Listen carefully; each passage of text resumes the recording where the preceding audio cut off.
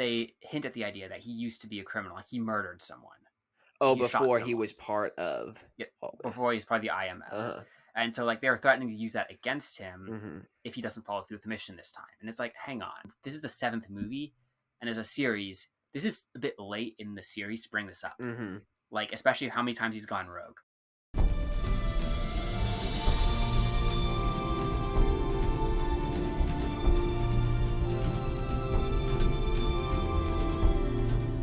Welcome. This is A Lost Plot, the podcast where cinematic plots are taken apart piece by piece to determine what makes that movie great or why it has been forgotten today.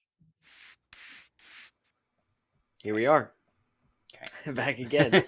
What are your thoughts on AI?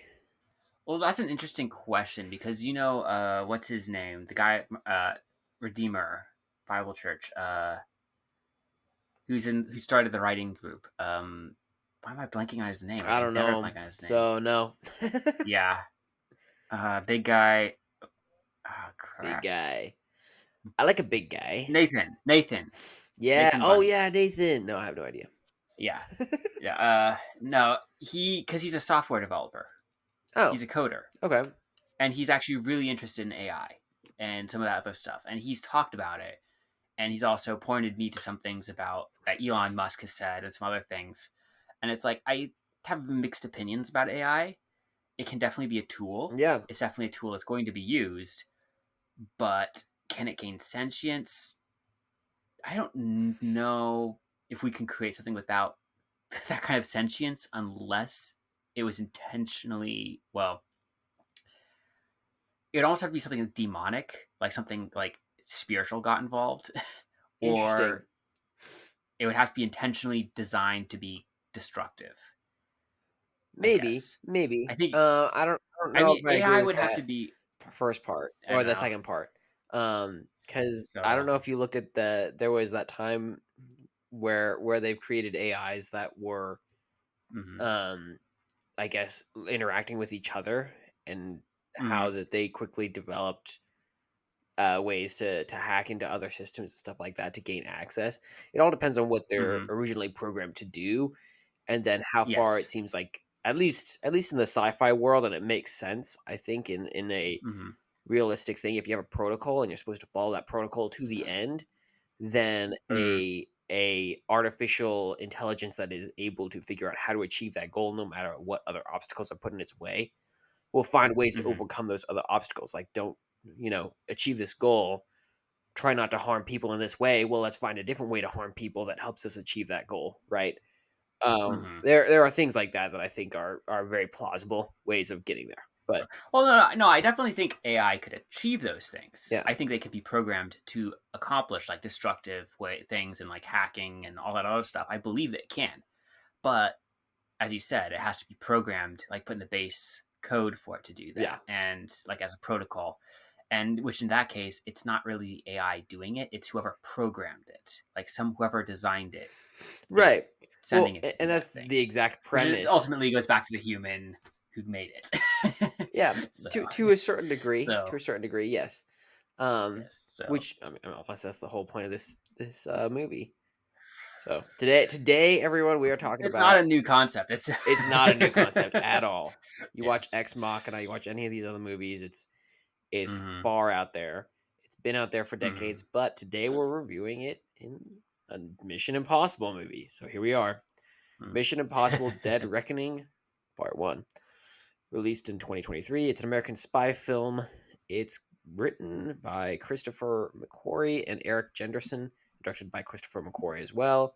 It stars our very own Tom Cruise as Ethan Hunt, Haley Atwell as Grace, which I don't know if you noticed. I didn't see if there was a second name for Grace. Is Grace's only name Grace? Yeah, they only call her Grace the whole movie. It's okay. She has aliases, I think, like other names she aliases, goes by, but like that's the name, aliases. But yeah, Grace is the main name that she gets called and used. That's fair. Maybe maybe Grace isn't her real name. We don't even know that. Rebecca Ferguson plays Ilsa Faust, and Isaiah Morales. I don't know how to say his name, but he plays Isai Morales. Isai plays Gabriel, the villain. So there you go. There's the cast. There's the movie. You want to tell me what it's about, Avalon? Sure. Mission Impossible: Dead Reckoning Part 1 is about Ethan Hunt and how Ethan Hunt and the IMF team must track down a terrifying new weapon that threatens all of humanity if it falls into the wrong hands. With control of the future. Do you want me to restart? No, just keep going. Okay. I have allergies, okay? Okay. Everyone, you can know. I forgot to take my allergy medication this morning. All right, keep going. Okay. I'm just gonna start over anyway. So it's about Ethan Hunt and his IMF team as they must track down a terrifying new weapon that threatens all of humanity if it falls into the wrong hands. With control of the future and the fate of the world at stake, a deadly race around the globe begins. Confronted by a mysterious, all-powerful enemy, Ethan is forced to consider that nothing can matter more than the mission, not even the lives of those he cares about most. Yeah. That's the synopsis. There you go. It's about this AI that's created to artificially, I guess, be used on a submarine to what? To run a submarine? Well, it isn't designed. That was the idea, right? Well, okay. So the idea is that it was being tested on a submarine, but it actually wasn't like the ultimate purpose of it wasn't necessarily the submarine itself. It was like a agent of sorts, like it was designed to be like a digital agent, more or less, for like these intelligence communities. But somehow aboard the submarine, it went rogue. Like something happened, and it became sentient and decided to go like destroy the submarine, and then was out in the digital space, like hacking into other networks, different institutions, right, and other networks and whatnot. Now, so my understanding was it on that submarine that sunk? That was my understanding. It was the one that it was that got like the base code for it was on the submarine that sunk itself. Yes, technically, I mean the entity sunk yes. it. But okay, that's what I thought. But just double checking someone else's brain here. More or less, this AI known as the entity kills the Russian submarine by causing a phantom sub to supposedly exist on their radar, disappears. A payload that it sent out toward this submarine also disappears, and then takes control of a payload they are directing toward a submarine which apparently didn't exist, that they did launch, and directing it back at itself, blowing itself up. More or less, there are two submarines. One of them didn't exist. One of them didn't actually shoot a missile, and they thought it did, and so they shot in return. That new missile came around, boom, they're dead. Whatever. That's the opening scene. What do you think? I thought it was a really interesting opening sequence, just because like you have this like clearly military submarine, and they're like clearly they're just like trying to avoid like testing their capabilities, like trying not to engage with enemy ships and whatnot. Yeah.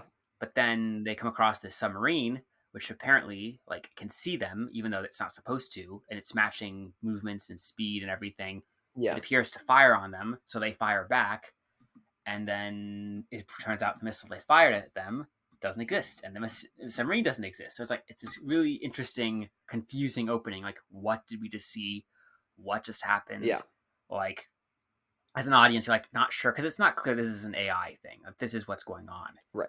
It isn't until the missile comes back on the submarine, and then it shows you the scene inside the big engine, like that big hub area.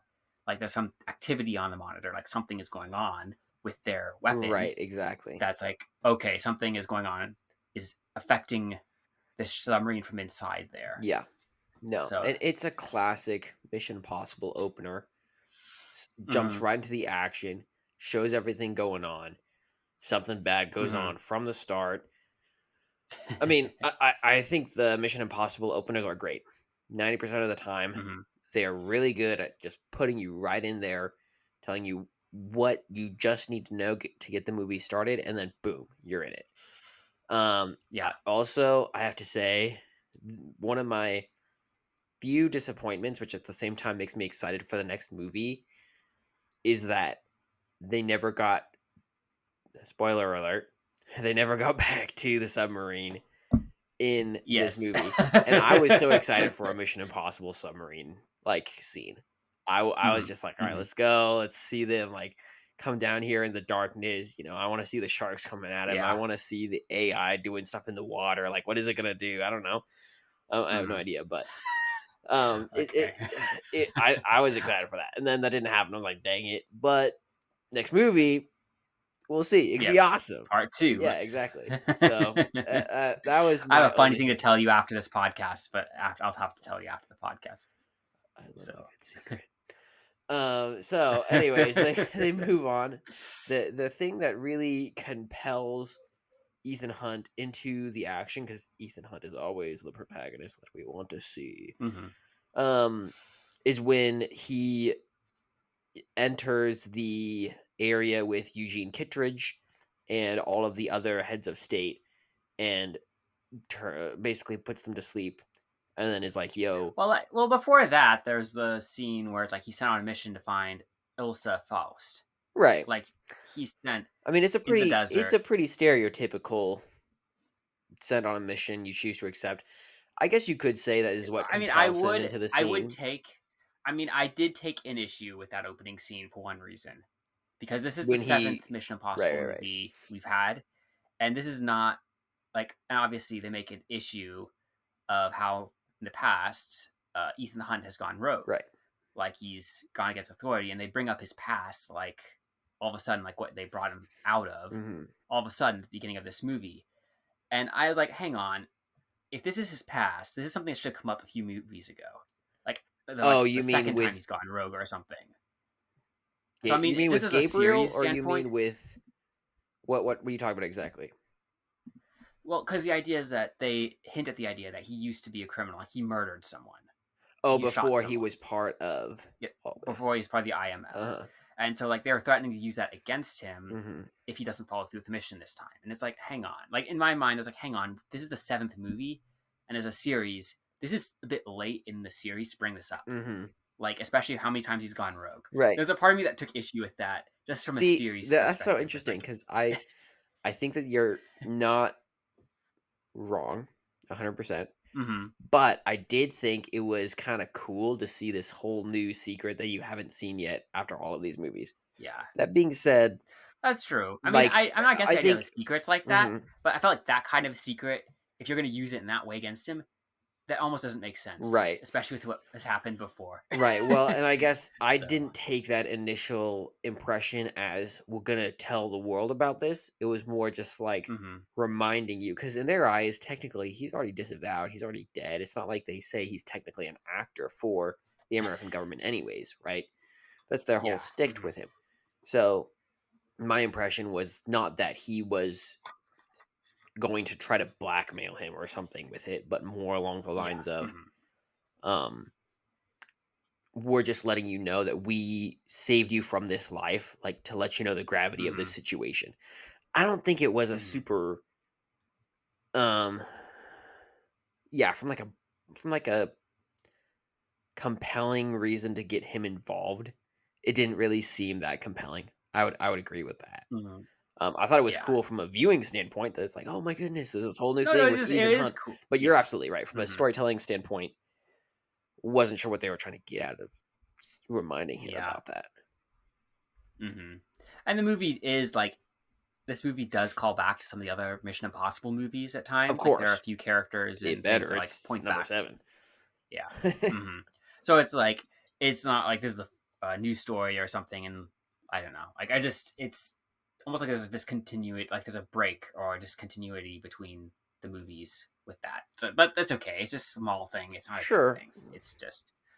And there was like... I felt like I need to air my grievance with that. Yeah, no, and that's true. Do you think that was where the Ethan Hunt really gets initiated into the story?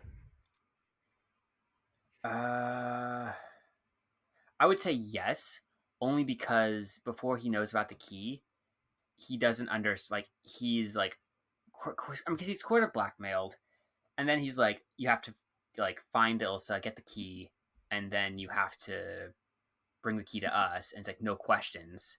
and just the way he's threatened, it's almost like, okay, you just riled him up because he's worked hard to preserve the agency in the past movies. So it's almost like, okay, he goes and he Right. like does the mission, gets the key, and then he infiltrates as the undercover. Like he takes the place of the secretary or whatever Right. in the meeting. That's So almost like, better, so he gets honestly. the Like as a compelling point, because I would say that it really gets started off when he has that confrontation with Kittredge and says, "I'm going to kill the no, entity." he's fully committed at that point. But it's like you can tell. Like I would say that, but I think he's like the starting point for him is at that point because he's kind of getting threatened Right. based on his past behavior. Right. So I think, and maybe the point here is that they're trying to make this movie a Mission Impossible movie, but make the stakes as high as they can from the get go. And in the ways that they're doing that is one, he has this new secret life we don't know about. Two, he's going rogue from the start. It's not like he's trying to follow the rules at the beginning. It's like right off the bat, he's going, I'm doing what you guys don't want me to do. Deuces. And so I think that there are some ways that he's trying to, raise the stakes, but I don't know. Are those justifiable from a storytelling standpoint? Did they flow? I mean, definitely amps up the tension from the get go. Or like, Right. there's definitely a lot of intense scenes from the very beginning where it's like you're at the edge of your seat because it's like they raise the stakes so quickly. Right. And this is the thing, like I like about the Mission Impossible movies. Wouldn't say they're all the best movies in the world, but the one thing that they do really well is they're really good at ratcheting up the tension and making sure that when they're like, even in situations like this, right, where they're kind of not always doing things that naturally flow from the character or make sense in the situation, even though they're not doing that, what they're violating this thing they shouldn't be doing for the sake of making it a more intense movie and for adding extra tension to the plot. And so, does that justify violating that? Probably not, but it's at least for the purpose of making it a better movie in my mind. So take that as you will. Doesn't mean it doesn't lose points for that, but notable. So, yeah. So did you? I think the big thing is it's at that point with Kittredge where he goes, "You guys are all going to take the entity for yourself. I'm going to destroy the entity," and then he goes off to do it. Did you feel like that scene was compelling in not just in regards to each of the little personal motivations there, but more in regards to, did you feel like Ethan Hunt's character had the justification to go out and face the entity as at this point in the movie? I'm confused by that question. Like, what do you mean? Like, Well, so is he the entity he doesn't really know a whole lot about, and he's going to go off on a juice chase to shut it down. Do you feel like that made sense? Was that justified? Because this is the whole impetus for the rest of the movie going forward. I mean, I guess it doesn't, like, if you're going to take this movie on its own, it doesn't give a whole lot of reason for his character to go do this. However, considering this is the 7th movie in the Mission Impossible series, like in prior movies, we're kind of given a baseline for his character. Like there are consistent actions he takes. Right. So in a way, yes, this is consistent with his character. This is consistent with his action. Like for him to go say, I'm going to destroy it. Yes, that is something he would do. Let's just but blow it up. But as far as like, if you're going to take this movie on its own, there was not a whole lot of development for his character, say, to have that motivation. But as this is a sequel, it's harder for me to judge it that harshly because it's a sequel. It's like, I don't know. Yeah, that's an interesting tack to take. Because there is technically groundwork. It's just not in this movie. It's in the prior movie, and it's like, So yeah, it's harder for me to detract points for that because there is groundwork. It's just different. Yeah. No, that's fair. That's fair. I think I generally like to see all justifications put up in one movie, but it's also been a while since I've seen some of the other Mission Impossible movies. So that's if you're a fan, right, and you're watching this, you're probably not watching Mission Impossible Dead Reckoning Part 1 before you've watched any of the other Mission Impossibles. So you're gonna have some baseline there. There's a lot that goes on in the middle. I don't know how much you want to go over what goes on in the middle exactly. Well, I mean, yeah, I mean, in the middle of the movie is kind of like the classic spy, like back and forth, where it's like they're trying to get the hold of both halves of this key because they just know this key unlocks something which relates to the entity. Right. And it's like in the middle of the movie, we get all these other players, like from the like IMF agency and the CIA intelligence. We also get the White Widow and her group, who are somewhere in the shadows. We get Haley Atwell's character, who's like this thief who's like got involved in something that she has really knows very little about. Yeah. Supposedly. Do we even know which person she was selling it to begin with, anyways? Like Yes, she was selling it to the White Widow later on in the movie. It's revealed the White Widow was her buyer. Yeah. So, but that wasn't. But yeah, and that was part of the mystery too. Like she didn't actually know who she was selling to. She just knew who. She just had all this information, what she was trying to steal, and right. She's like this petty thief, more or less, who gets involved in the plot. Yeah. So and gets in way over her head. Yeah, and then of course you have Gabriel, who works for the entity, almost like this prophet kind of person. Yeah, as he's kind of labeled, more or less. The liaison between the entity and humanity, more. And I'm almost hoping in part 2 they give a little bit more about his character. I mean, I don't mind a mysterious bad guy, but at the same time, it's very odd, some of his actions, because it's like he has history with Ethan Hunt. Yeah, clearly, like before he was in the IMF, but also at the same time, it's like he's working for the entity. Yeah, in a very direct role, which is very odd, and it's not clear why. Yeah, it's and also so like odd how their like paths would have crossed previously if Ethan Hunt was a nobody who was doing. I mean, literally, who knows what? I guess he must have known something if he was hired for the IMF. I can't take that all, but we don't know what Ethan Hunt was doing before he was part of the IMF, do we? I don't know that we No, we don't. The movies never actually go into detail about this. Yeah. They never. I don't think they've ever like talked about what he was before joining the IMF. Right. So, like, this is the first time this movie where they mention something before the IMF, like for any of the agents. Right. So yeah, Gabriel's character is interesting. The White Widow, was also an interesting character to revisit. She's also a returning character from other movies. So. Yeah. It all leads to that point where Gabriel has that prophetic point where he goes, "Okay, you two girls one of you is gonna have to die," and there's that whole shakedown at the club where everything goes haywire and bada bing, bada boom. Two girls come at one man in a white suit, and that guy decides one of them gets to die, and the coin says Ilsa. So that was the pits of the movie, I think, where everything's supposed to be like, oh, this is so bad.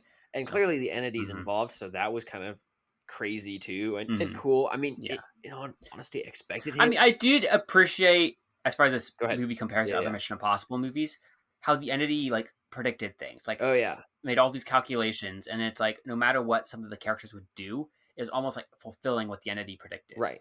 So it's almost like they were like playing a losing game at certain parts of the movie, and they realized they were playing a losing game because they were doing exactly what the entity knows they're going to do. Right. When did you see? And it's almost like, did you see what the entity was portrayed as?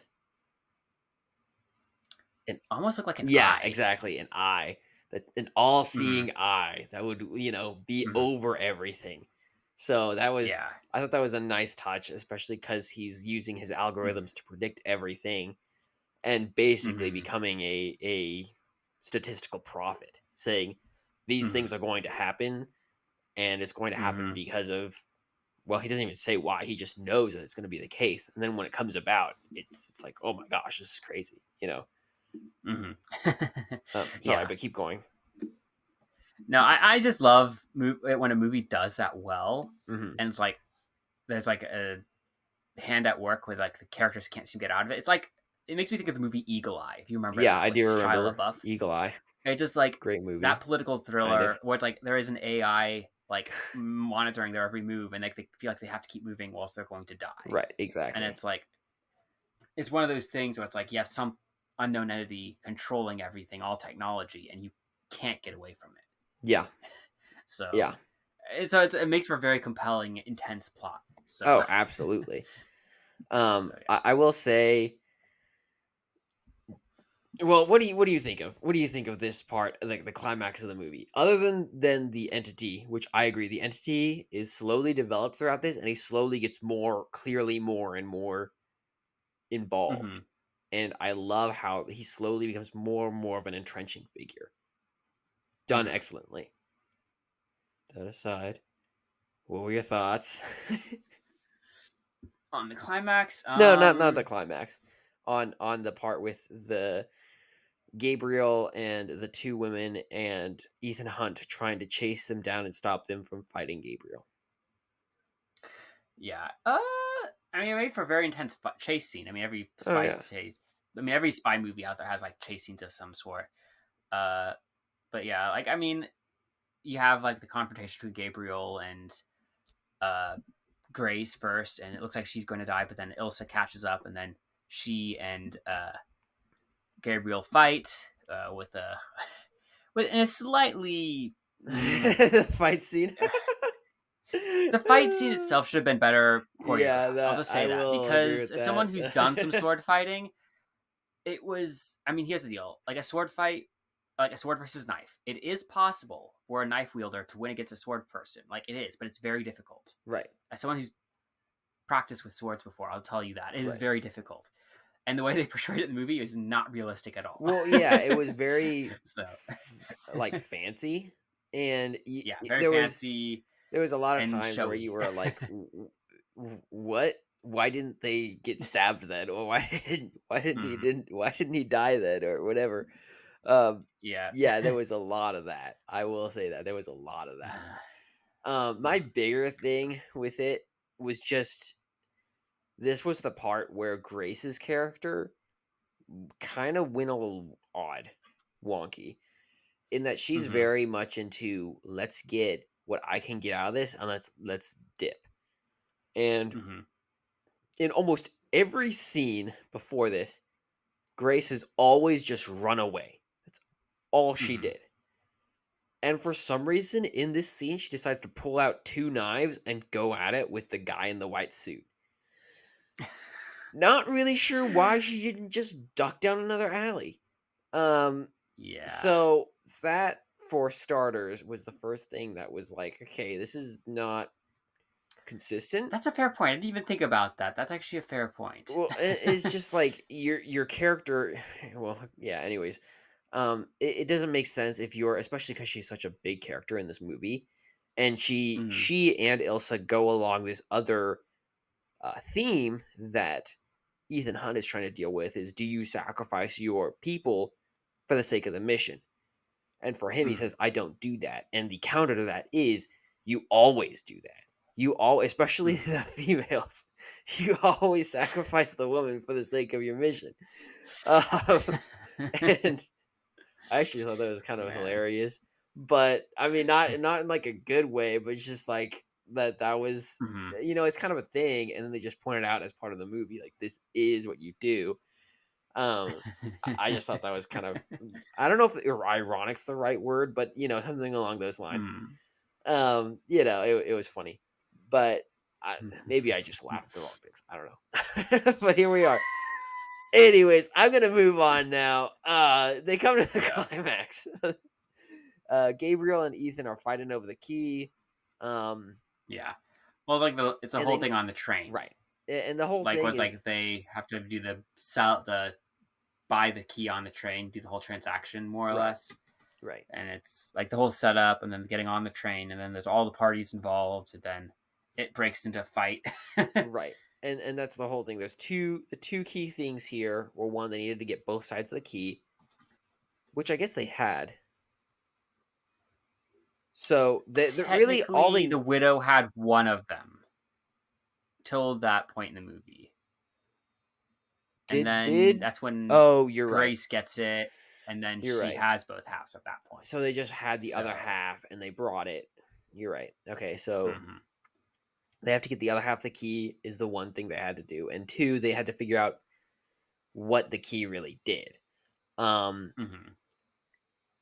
For the climax, a lot happens in the train scene. I don't want to say that the climax is just tied to one specific section of that, but there's a lot that does happen. It is in some ways encompassed all in the train scene. How do you think they did it with the climax? I mean, it's a bunch of moving parts, and some of it's interesting. Like you have Grace's character, like kind of playing the spy for the first time with them, like with the impersonating the White Widow, trying to figure out like what she should be doing. Kind of like, does she do the transaction? Does she keep the key? Like, does she sell the keys or does she keep them? Right. Like, she has all these decisions she's making, like as she's talking to Kittredge. Right. And she's also having to fool the White Widow's bodyguard so he doesn't suspect. Yeah, exactly. Which, did you notice and then you have that she had different colored eyes? No, I did not. Okay, I felt like that would have been obvious if you were her bodyguard, but I don't know. Anyways, keep going. Oh, man. I think that was for us, but you know, details. Yeah. It's a small. It doesn't matter. It doesn't matter, Maverick. It doesn't matter. And then you have Gabriel taking over the train, like planning for the like he's like planning, like according to statistics, to take the keys and get off the train, and blow up the train with everyone on it. Right. And then you have Ethan Hunt trying to get on the train, and he has to do some impossible tasks to get onto the train because yeah.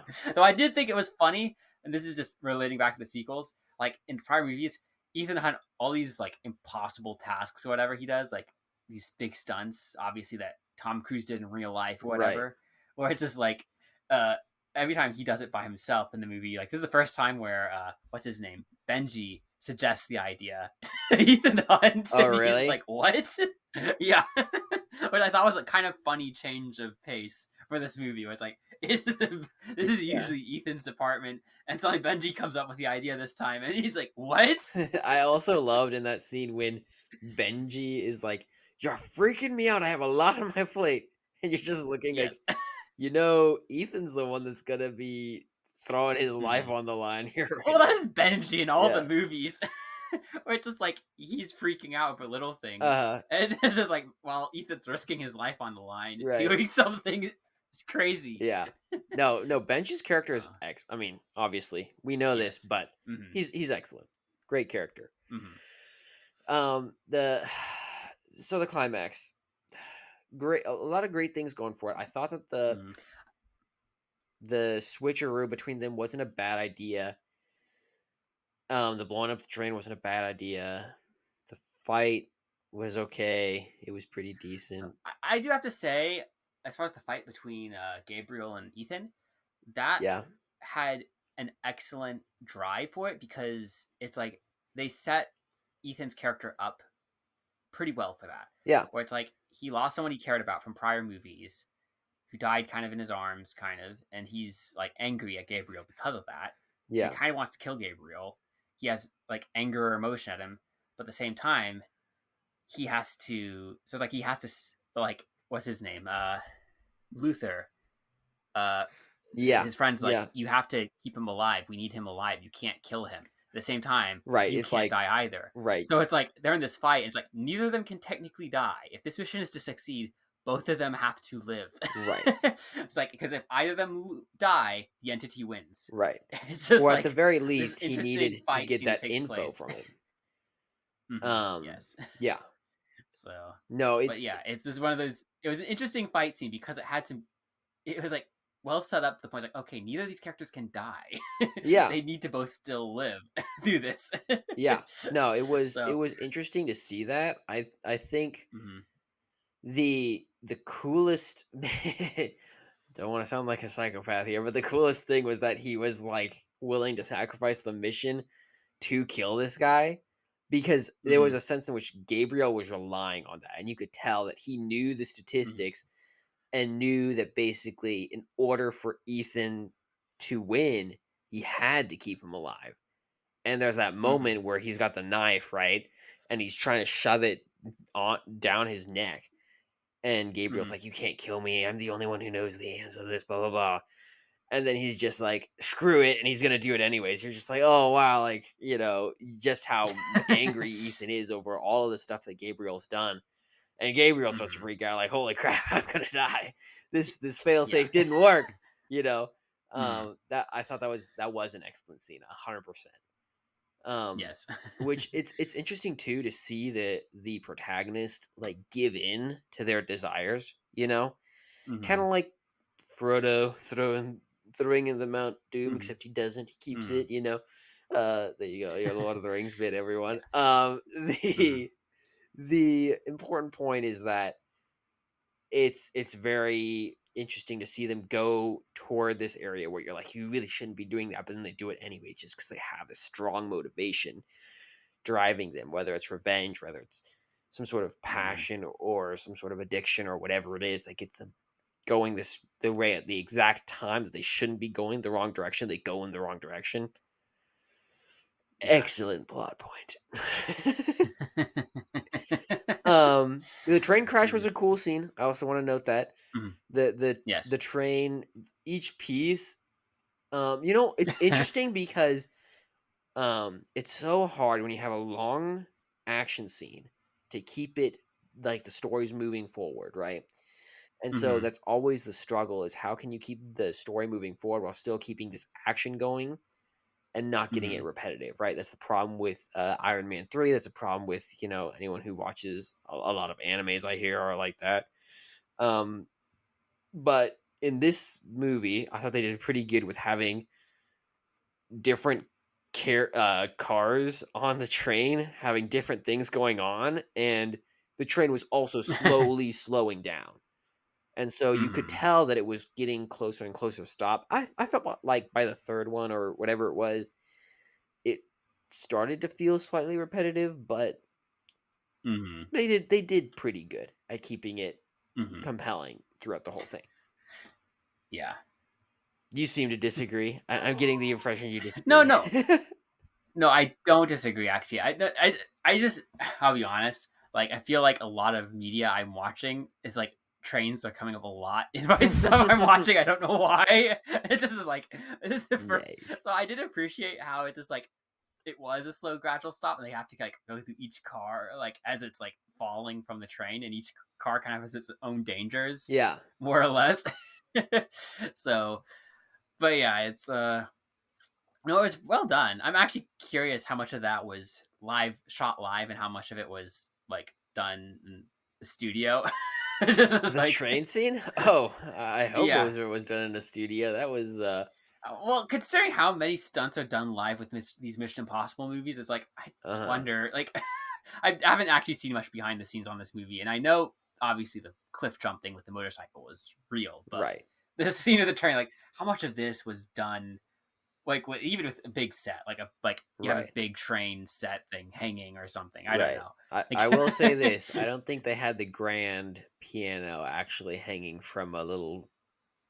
Oh no! They wouldn't do that. Obviously, that would. That's why I said how much of it was CG, how much of it was live. Right. Of course. No, I knew what you were saying. So. There was, I think. There was 3 things. I hate to enumerate everything, but there's 3 things that I had a problem with the climax. 1, not sure why the Asian girl switched sides. It was cool that the entity predicted that, and you could say like, "Oh, he saved her life, whatever." It just seemed like a cliche thing. It's like, I saved your life once, you're gonna throw your entire life away doing bad things that you've done for years for this. Well, she was already kind of dying at that point in the movie. She was already stabbed. So it's like she's already dying. So I guess in a way it's like, I mean, not to justify her actions. I'm just Wouldn't saying, she go and get help? Just one point in her favor. Like, yeah, I don't know. Who would she get help from? They probably have a doctor on the train if they have all those important people on the train. I don't know. I'm just like, from a standpoint of the critic, like, it didn't seem. I didn't feel like there was enough compelling motivation for her as a character to throw her life on the life and end up sacrificing it for the sake of Ethan Hunt.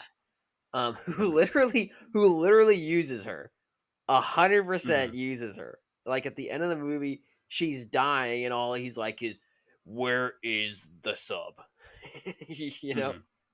I mean, she's really a plot point character where it's like she's kind Right. of this crazy like antagonist who's like kind Literally. of portrays a little insane Yeah. and psycho, and several of the fight scenes and chase scenes throughout the movie.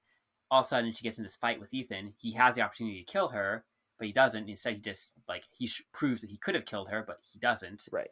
And he leaves her. It's not clear why that would be a motivating reason for her. Like, you're right, it is not very compelling based on what we've seen of her. Right. To make her change sides. But she was stabbed by her boss, Gabriel, and she is kind of like left for dead in the train, and then she goes and saves Ethan and Grace. Right. So, and I guess at the very end, they do kind of hint she might not be dead. So it's very possible in part 2 she may come back. They did say that the one guy goes and was like, she still has a pulse. Like, that's what he says when he checks her. So at the end, really? I guess, yeah, at the very end, he does say that. So I guess there's a possibility she's still alive. Did not catch that. Interesting. Yeah. Okay, well, I mean, this is Mission Impossible. I mean, heck, impossible things on a certain level, not. Yeah, I mean, to be perfectly blunt, with the part 2, I would kind of not be surprised if Ilsa came back somehow. Would be kind of weird, but it's just like, and it would kind of make me upset if they did, because they kind of killed after killing her off in this movie. But it just was like, I would kind of not be surprised if they did that. I hope they don't, but they might. I don't know why. Like, yeah, I don't know. I thought she. Okay, so here's the other thing that I had. Problem number 2 with the climax. And this is just once again a problem with Grace's character, is the fact that she didn't accept the 100 million cryptocurrency that she was being offered by what was it, Kittredge? Yeah. Kittredge, yeah. Why wouldn't you just accept it? It literally made no sense, especially because she's just in it for the money, right? And getting out scot-free. Why she has this change of heart, when also it's like, what does it mean if you don't accept it? It just means it stays with this guy. Why wouldn't you just accept it? Like, you did all this work, you did all it made zero sense to me. Why, from like both a logical standpoint and then also a character standpoint and then an emotional standpoint too. Like, there is no reason not to accept this money. It's like virtue signaling in a way that makes no sense. It's like taking taking a chicken and throwing it out of the house and saying, "See, I didn't pluck a feather off," and then it gets hit by a car. You know, you're like, you did nothing. I don't know. It's like it's dumb. That's number 2. But number 3, the one that really takes the cake for me, is that when the girl and when Kettridge or Kettlebell or whatever his name is explains the entity, it's literally almost exactly what you already thought it was. Wait, at the beginning of the movie or at the end? Like at the what end. are you talking about? Like when he's talking about what the entity, like what does the key do? Oh, it basically can be used to shut down the entity. What's unique about it is it's its original source code. I don't know if that was not the impression I got, but I got the impression that the source code was stored on the submarine, but not that it would shut it down. Okay, well, right, like you had the power to shut it down. The key gave you access to the source code. Right. But you kind of already knew the key did that. You know, like the key was the key to the entity, to this AI. Right, like, unless I'm mistaken, I assumed from the beginning that it would give you access to the AI. No, it's the key. Yes, it gives you access to the AI. It's the one thing that can has the possibility of shutting it down. Right, and it's not purely to communicate. The AI knows it. You can already do that, clearly, because he's sending Gabriel to you. He's showing up as an eye at these parties. Like, clearly he knows how to interact if he wants to. It's not like it's impossible to interact with him. It's just like, so I felt like it was supposed to be a big revelation, but the only thing it said to me was that they spent all this time trying to get this information that told them nothing new. The only thing they actually got information from was from the woman who was dying, who told them where the submarine was, which they kind of got by chance. Yeah. So give that a give me, I guess. I, for one, am out on that. I mean, I don't know. Throw back at me. I'm trying to think. I'm trying to think. It's just like the AI at the point in the movie.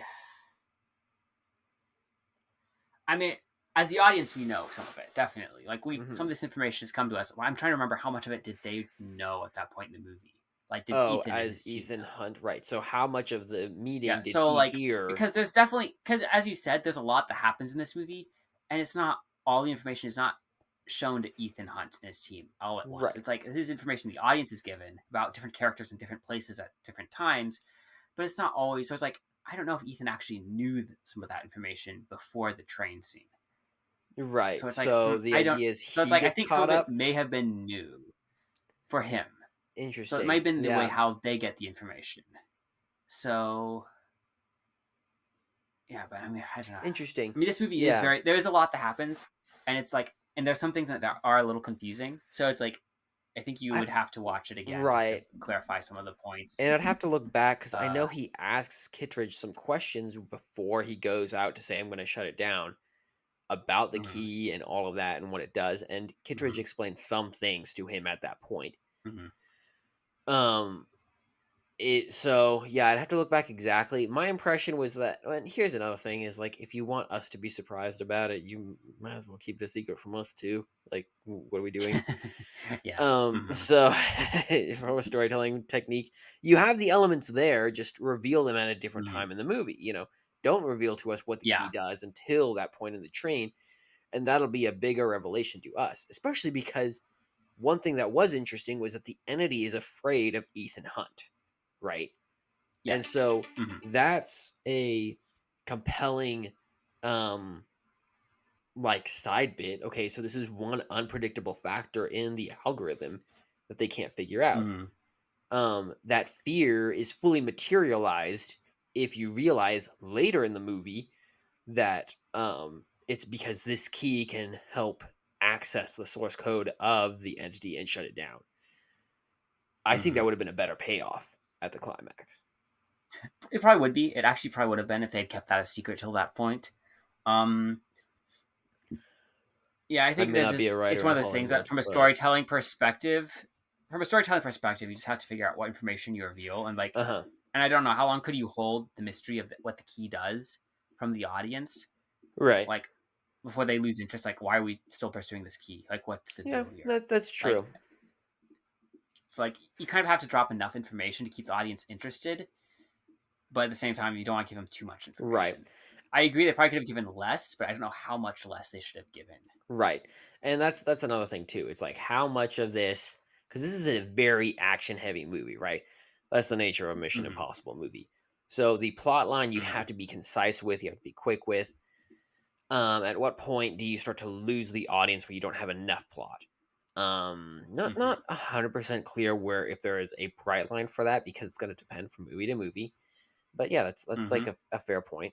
I would argue that they could have done what I just said, because I think it's a good idea, and I like my ideas. That's why I say them. Anyways. You got a favorite character? Least favorite? Most pissed off? I mean, it's Mission Impossible. What the?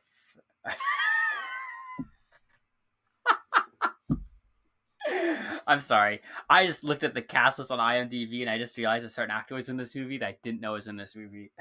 I didn't realize that was him. Who is that? Cary Elwes. Oh, Cary Elwes. Yeah. It was I didn't realize that was Cary Elwes, the head of state or whatever. Now. Yeah, I wasn't sure why he showed up again either. It was like whatever. But I mean, not. Yeah, I like Carrie Elwes. He is probably my. I like Carrie Elwes. I don't know if I like this character That's fair. though. That's a very low developed character. Uh-huh. For me, I mean, the I think go ahead. either Benji or Ethan would have to be a favorite character. I don't know. I mean, because Okay. it's not like they all get a ton of character development. I mean, some of it's like from prior movies. Benji's just a fun character every movie he's in. Yeah, of course. I mean, Luther's pretty fun too, but like Ethan's like your protagonist, and he's kind of an interesting protagonist sometimes. So yeah, he adds a lot. mm-hmm. Ironically, I know you brought this up earlier as something that pissed you off.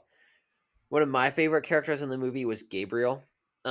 He struck me as an interesting villain. I thought, especially because he has that shadowy history with Ethan as a character. But that being said, we haven't really gotten the payoff for him yet. So part of this, like, I like him a lot because we don't know a lot about him, right? Yes. He has a lot indicated that he's a very skilled individual, that he's got some in relationship. No, I'm hoping he gets more development in part 2. Right. I'm really hoping they give more on him. So, like, it's interesting. Why did the entity choose him of all characters to be its spokesperson, right? There has to be something there. Like, why does he have a history with Ethan Hunt, right? Hopefully, and I'm assuming they're going to go into all this later, but he's very unexplored, but definitely has a lot of potential to be a very masterful villain, or at least a side villain for the AI in this movie and the next one. So I liked him a lot. I hope to see more in the coming movie. Otherwise, all that hope was for crap. Yeah, least favorite was Grace. I don't know what it is about. Okay, this is the thing. I don't know why some of these female leads piss me off so much, but this is the thing. I don't actually hate. It's not like I hate the women in these movies. Okay, huge disclaimer to anyone listening to this. I actually really like Ilsa's character in this movie. I think she's a great protagonist. Well, not the protagonist, but an aid to the protagonist. I also really like the White Widow. I think she's a great character as well. Like, there's some great characters in this movie, and they're not all men. I just thought Grace is crap. Because, for one, there's nothing unique about her as a female character. She's very stereotypical aid to Ethan Hunt. Does what needs to be done, has some shady backstory, has to overcome some sort of inner turmoil in some way before helping him out and then becoming the good guy that they needed. Yeah, to be frank, I didn't see her as much different from another role she played, Peggy Carter in Captain America. I was thinking about that. I just was like, I don't see, like, her character doesn't seem that much different from Peggy Carter. Maybe more shady. But other than that, it's like she's not playing it very convincingly. It just I didn't hate her character. I was kind of more ambivalent on her character, but it's just like, okay. Well, yeah, she definitely pissed me off. But also because she violated her own standards of what she would do, and so I think that combined with her being a so-so character, just for me was like, all right, we're done. We're not on board with this train. Leave the station and don't come back. But she will come back in part 2, so here we go. Yep. Anyways, least favorite character for you, one that pissed you off? It's probably Paris. Who was the psycho? Oh, the woman? Probably. Yeah. I mean, I liked her psychotic part of it, but the ending does kind of go against her character. Yeah. And it's just like, I don't know. I think as far as characters go, to be honest, there's a lot of messed up characters who could have been used better in this movie. Right. So it's not like she falls that much below any of them, but it's just like, yeah, like as far as like character problems go, she kind of torques me off more than others. Right. Well, there's her, there's Carrie Elwes's character. There's a couple of those that it's just like, there's Grace. They're developed a little bit. Well, Grace was a little more prominent. So there's like, protagonist, the antagonist, their assistants, and then these side important, somewhat developed characters, and then just the henchmen bodyguards that have some plot development, like the agents trying to hunt Ethan Hunt and people like that, who they don't have a lot of screen time, but they have a little bit of development, but not that much. Makes sense. don't really care that much about them. These ones in the middle that had some character development, but then just did stuff. It was like, what are we doing here? Like, at a certain point, what they were doing was serving the plot rather than serving themselves. Which, at the end of the day, every character is going to have their own motivations to serve themselves.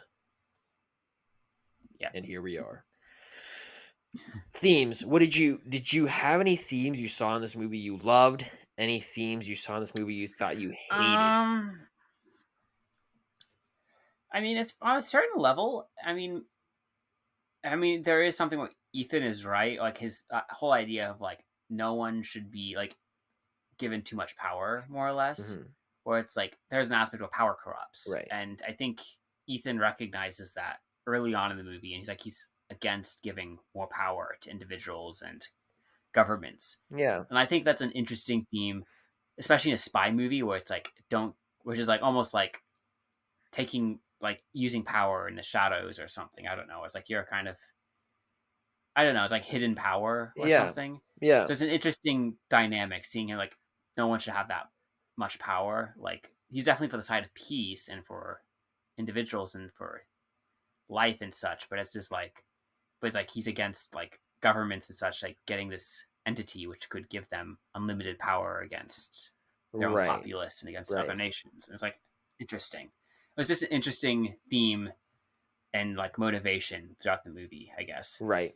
No, and I think one of those things that was almost a theme branched off of that, but it was pretty prominent throughout the whole thing, was the idea of truth and how that power could be used to rewrite truth, right? And so it was like whoever holds this power holds the power over truth.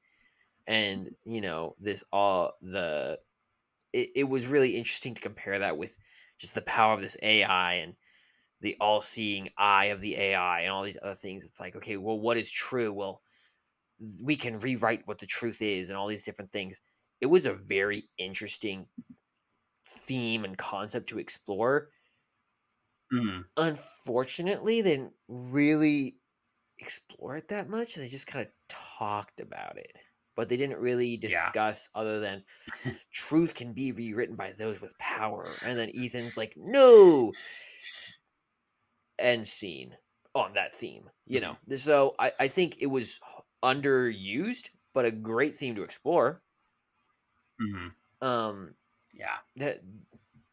than that, it's like beating the algorithm, the AI versus humanity.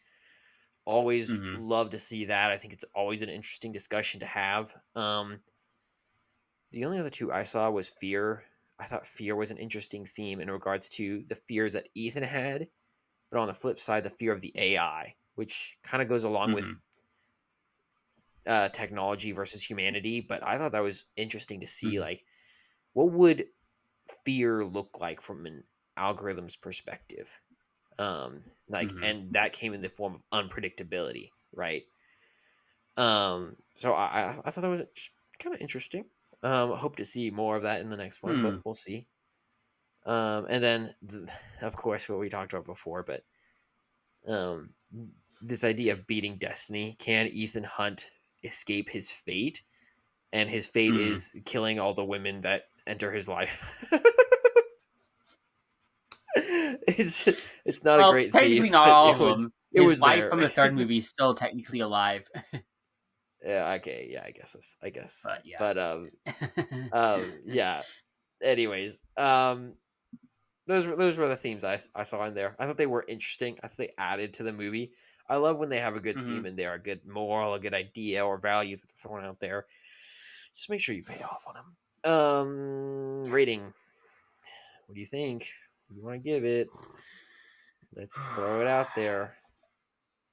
So this is technically my first time rating a movie on this podcast. It's a part one of a two-parter movie or whatever. True. So there's a part of me is like, I want to give it a rating, but at the same time, this rating may have to be adjusted once the second part comes out, because this is like, I already foresee that could happen. It could get better if the movie, like, second part really pays off, but it could get worse if the second part just like becomes dull and like, oh, cliche spy movie, whatever. That's right. So I mean, based on what it currently stands as it is, I mean, there's a lot of potential. I'll say this movie compared to other Mission Impossibles, I do like how they set some things up. Yeah. And how there's like potential. And there's definitely a lot of intensity in this movie that's really good for a spy movie, an espionage movie. And I mean, as far as storytelling, like they use like raising the stakes pretty well, like keeping things like moving.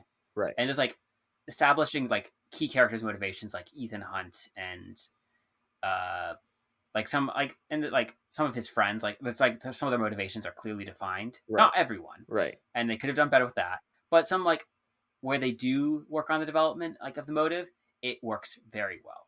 Right. And it's like I just wish they did it for all the other characters too. But I don't know. Like we'll see what the second part does. So I'm gonna say give this movie, because it has potential, I'm gonna give it a 7. But that could change. Like I'm giving it 7 because out of hope it could be better, but it might get worse. Yeah. So who knows? I feel like it's a good baseline for what could be, what couldn't be. So yeah. No, I think that's good. Personally, I give it a 6.7, so not too far off. I think there's Mission Impossible does this great, so I don't think that there's something to hit against on this regard. Really good at making a lot of those action scenes edge of your seat, right? Even though Ethan Hunt has been in crazy situations all the time, I don't know exactly how they're so good at doing this, but just coming into a new scene thinking, oh my goodness, he might die, even though he has not died yet. Like it's pretty incredible. It's pretty impressive. You know what's really funny? I noticed this movie is like there's been almost every single Mission Impossible movie. You know what there's always been? What? A car chase scene. There's almost always been a car chase scene in every Mission Impossible movie. And it's like, so I actually was a little surprised and actually thought it was hilarious how they switched it up this time around, where it's like there's a car chase scene, but he's handcuffed to Haley Atwell's character, Grace. Right. And it's like they keep having to switch spots in the car where it's like and he's one in of them's a in the driver's seat, the person's. And it's like they switch cars at one point, and it's just like they have these hilarious situations take place because like they keep switching spots and it's a car chase scene. So like it changed the dynamic of what was happening in the car chase scene. So it was like it was kind of fresh in a weird way. Yeah. Something different. Yeah. No, they did great. I mean, honestly, the bigger thing for me was the inconsistencies in character, you know? I just felt like those really could have used some work. Yeah, I think that, and then the themes could have been better. So it's nothing. Some of them were serious enough that I felt like it wasn't up there in the 7s, but it was close. So that's where we're at. That's the pod. Right. We hope you all enjoyed. We will see you next time. If you have a movie you want reviewed or have some feedback to give us, send us a message at alostplot.com. If you like this podcast, please leave us a review. It really helps other people find our podcast. We hope you enjoyed this episode and look forward to seeing you back with us next time. See you then.